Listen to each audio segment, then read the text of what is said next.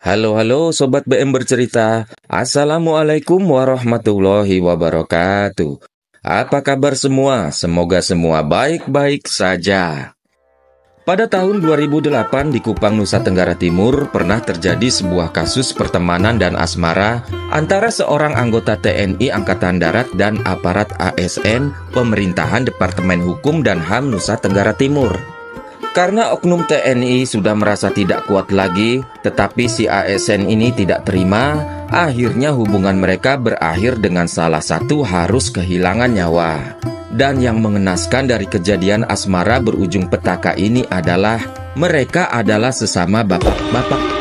Sebelum lanjut ke cerita, silahkan tekan tombol subscribe. Jemris Roro yang di tahun 2008 berusia 40 tahun adalah seorang anggota TNI Angkatan Darat berpangkat sersan kepala. Saat itu dia bertugas di Bandara El Tari Kupang. Sudah mempunyai istri serta anak, dan mereka tinggal di asrama TNI Angkatan Darat Kuanino, Barak Gajah Mada, Kupang. Saat bertugas di Bandara El Tari, bapak tentara gagah ini berkenalan dengan seorang pria bernama Lawrence Horo. Lawrence adalah seorang pejabat di Departemen Hukum dan HAM Nusa Tenggara Timur dan juga sudah mempunyai istri. Waktu itu dia datang ke Bandara El Tari untuk mengantarkan saudaranya agar urusannya lancar selama di bandara sebelum naik ke pesawat yang dituju. Lawrence mencari orang untuk mengurus administrasi keberangkatan saudaranya itu. Orang itu adalah Jemris. Jemris mengurus segala keperluan saudaranya Lawrence dengan uang rokok sebagai imbalannya. Dari urusan di airport itulah mereka berkenalan dan bertukar nomor handphone. Dengan alasan jika Lawrence membutuhkan bantuan, dia bisa kapan saja meminta tolong kepada Jemris. Tetapi ternyata dari permintaan nomor HP ini ada udang di balik batu. Walaupun sudah nggak relate, karena yang lebih relate sekarang adalah ada udang di balik bakwan. Itu cuma modusnya Lawrence. Dari sinilah awal hubungan mereka. Sejak bertukar nomor ponsel ini, Lawrence sering menghubungi Jemris untuk beberapa urusan. Maupun hanya sekedar ketemuan, Jemris selalu menanggapi permintaan Lawrence yang sudah dia anggap sebagai teman. Apalagi tak jarang Lawrence memberikan uang bensin. Tanpa si bapak sadari, Lawrence ternyata menganggapnya lebih dari sekedar teman. Pada suatu hari di bulan September 2007, Jemris kembali dihubungi oleh Lawrence. Kali ini dia diminta untuk datang ke rumahnya di perumahan Arta Graha Kupang. Sesampainya di sana, mereka berdua ngobrol santai, membahas beberapa urusan kecil. Setelahnya, Jemris berpamitan pulang. Lawrence mengantar sampai depan rumah, di mana motor Jemris diparkir. Saat Jemris naik ke atas motor, Lawrence yang berdiri di samping motor tiba-tiba menggenggam tangan kanan Jemris, lalu menuntunnya ke arah dalam sarung yang dipakai Lawrence. Ternyata saat itu Lawrence tidak memakai celana dalam. Entah apa yang ada di dalam pikirannya saat itu, Jemris nurut aja. Setelah selesai, Jemris diberi ongkos bensin dan segera pulang. Beberapa hari setelah itu, Lawrence menghubungi Jemris, memintanya untuk bertemu di Hotel Maya Kupang pada pukul 7 malam waktu Indonesia Tengah. Jemris datang ke hotel itu, dan mereka bertemu di dalam kamar. Mereka mengobrol sebentar, lalu kejadian di sepeda motor terulang kembali di kamar hotel itu. Enggak usahlah diceritakan detailnya ya.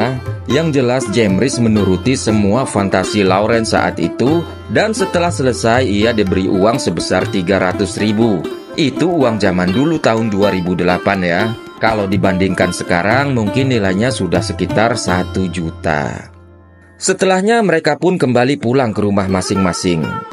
Sudah 2 kali Jemris melayani Lawrence, membuat Lawrence ketagihan. Kini dia mulai sering menghubungi Jemris hanya untuk mesum-mesuman. Biasa dilakukan di rumah Lawrence. Sejauh ini tidak ada penolakan dari Jemris, walau ia sebenarnya normal. Sudah beristri, sudah beranak juga. Tapi apapun keinginan Lawrence, ia penuhi. Hal ini mungkin dikarenakan setiap selesai melakukan perbuatan itu, Jemris selalu diberi uang sebesar 200 sampai 500 ribu. Tidak hanya itu, Jemris juga sering diberikan barang-barang berharga seperti cincin emas, jam tangan mahal, ponsel mahal, dan lainnya. Mungkin Jemris berpikir, ya nggak apalah menahan geli-geli dikit atau jijik sedikit, yang penting dapat ceperan. Toh gajinya sebagai sersan kepala dirasa masih kurang untuk memenuhi kebutuhan istri dan anaknya. Hingga dengan sendirinya lama-kelamaan Jemris merasa ada rasa ketergantungan terhadap Lawrence. Hingga suatu saat di bulan Oktober 2007, Lawrence mengutarakan niat membeli sebuah mobil angkutan kota dengan cara patungan bersama Jemris. Rencananya nanti keuntungan operasional dari angkot akan dibagi dua. Mobil angkutan kota itu dibeli second hand dari teman Lawrence. Pembayaran juga dibagi dua. Dari total harga angkot 12 juta, Lawrence membayar 9 juta dan Jemris sisanya 3 juta rupiah. Ingat ya, itu nilai uang zaman dulu, yang pasti nilainya sudah 2 kali lipat di hari ini. Dan mobil angkot bekas tersebut pun didapat dan dialihkan ke pemilikannya atas nama Lawrence. Namun ketika selesai diperbaiki, biayanya ternyata sangat besar, sekitar 17 juta rupiah. Dan semua biaya perbaikan itu ditanggung semuanya oleh Jemris, tidak ada ditanggung berdua. Lawrence beralasan bahwa Jemrislah yang berinisiatif untuk memperbaiki di bengkel temannya. Sampai akhirnya sekitar 20 juta rupiah sudah dikeluarkan Jemris. Ini lebih besar daripada uang yang dikeluarkan Lawrence. Hal ini membuat Jemris membalik nama mobil atas namanya sendiri. Pada bulan Maret 2008, mobil angkutan kota yang diberi nama Kasih Bapak-Bapak, enggak ya, bercanda. Mobil angkot itu diberi nama Kasih Mulia dan mulai beroperasi dengan rute Kupang Penfui dengan operator sopir tembak. Hasil dari angkot itu dipegang seluruhnya oleh Jemris. Ia tidak membagi dua hasil angkot itu karena seluruh biaya perbaikan dia yang sudah menanggungnya. Lawrence tidak terima. Ia mengatakan itu adalah mobilnya karena dialah yang membeli. Namun hal ini tidak ditanggapi Jemris karena dia masih kesal. Telepon Lawrence tidak pernah dia angkat lagi. Lawrence tidak kehilangan akal.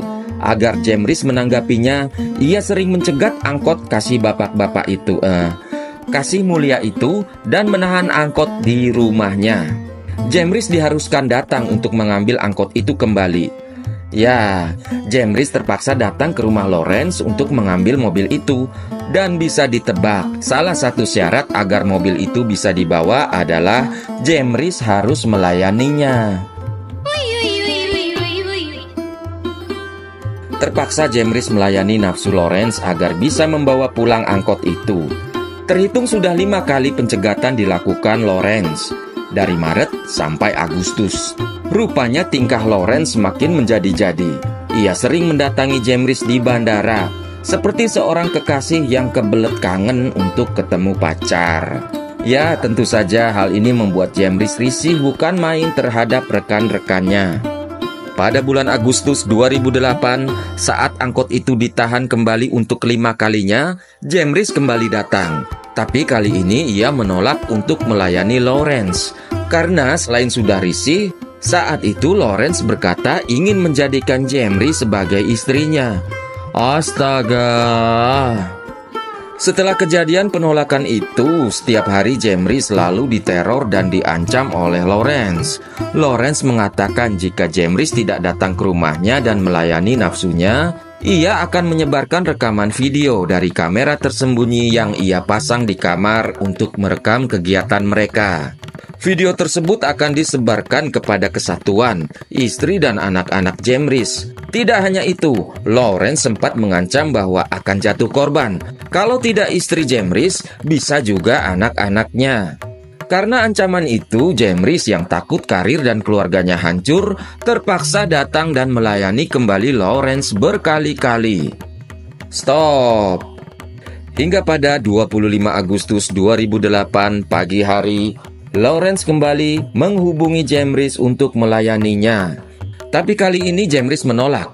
Lawrence marah dan menahan angkot Kasih Mulia. Pada tanggal 30 Agustus 2008 saat Jemris pulang ke rumah dari tempat kerjanya, sang istri memberitahu bahwa tadi ada orang asing datang bernama Peter Marantek, mengaku sebagai suruhan Lawrence. Orang itu menitip pesan bahwa angkot yang ada di rumah Lawrence akan dijual, dan hasilnya akan dibagi 60% untuk Jemris dan 40% untuk Lawrence. Jemris tidak percaya isi pesan itu. Ia beranggapan bahwa itu adalah trik Lawrence agar ia mau menemuinya. Pada tanggal 2 September 2008, sekitar jam 10 malam, Jemris memutuskan untuk mengambil angkot itu, karena sudah berhari-hari ditahan.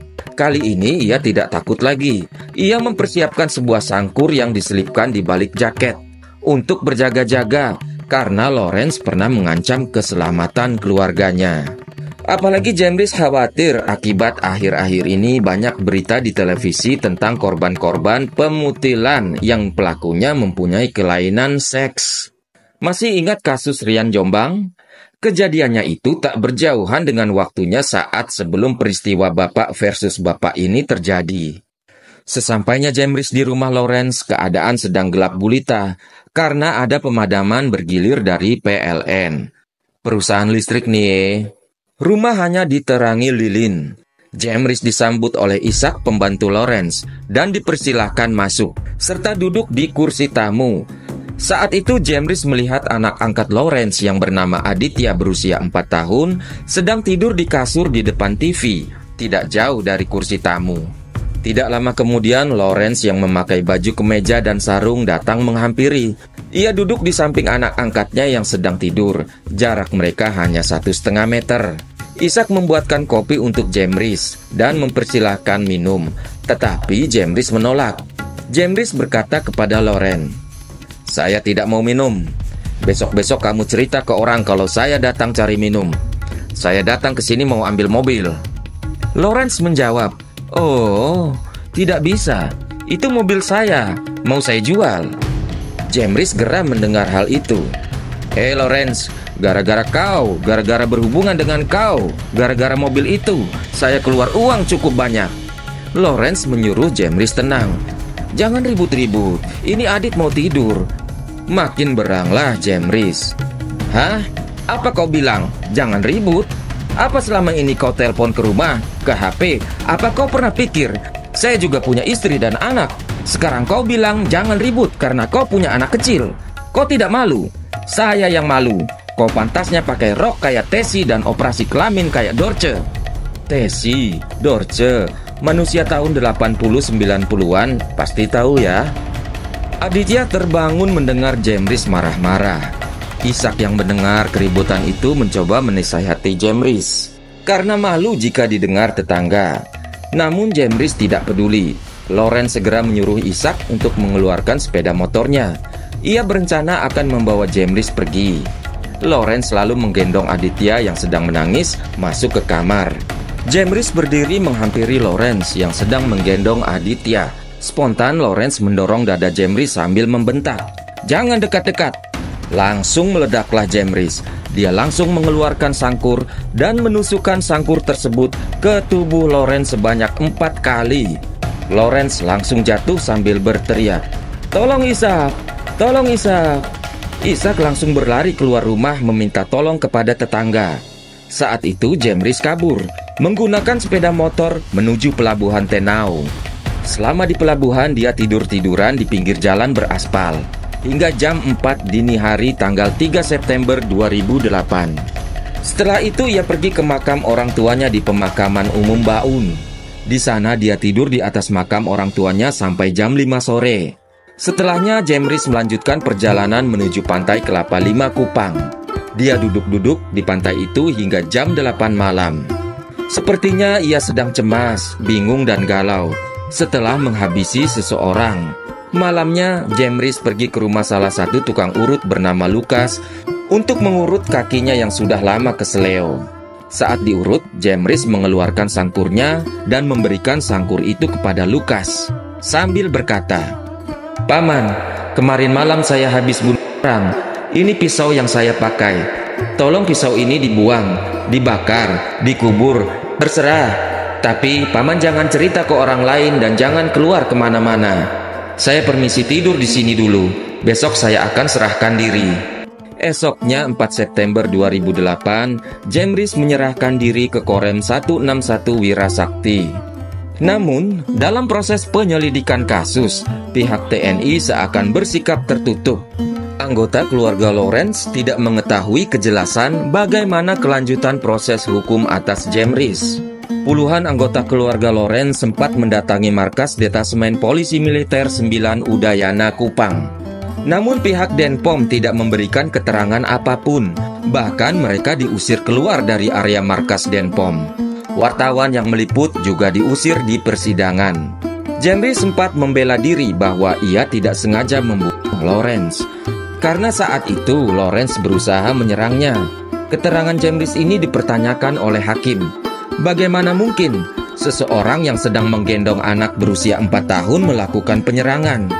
Pengadilan Militer Kupang menjatuhkan vonis 10 tahun penjara, bukan hukum mati atau hukum seumur hidup, serta dipecat dari kesatuan atas dasar pembunuhan biasa.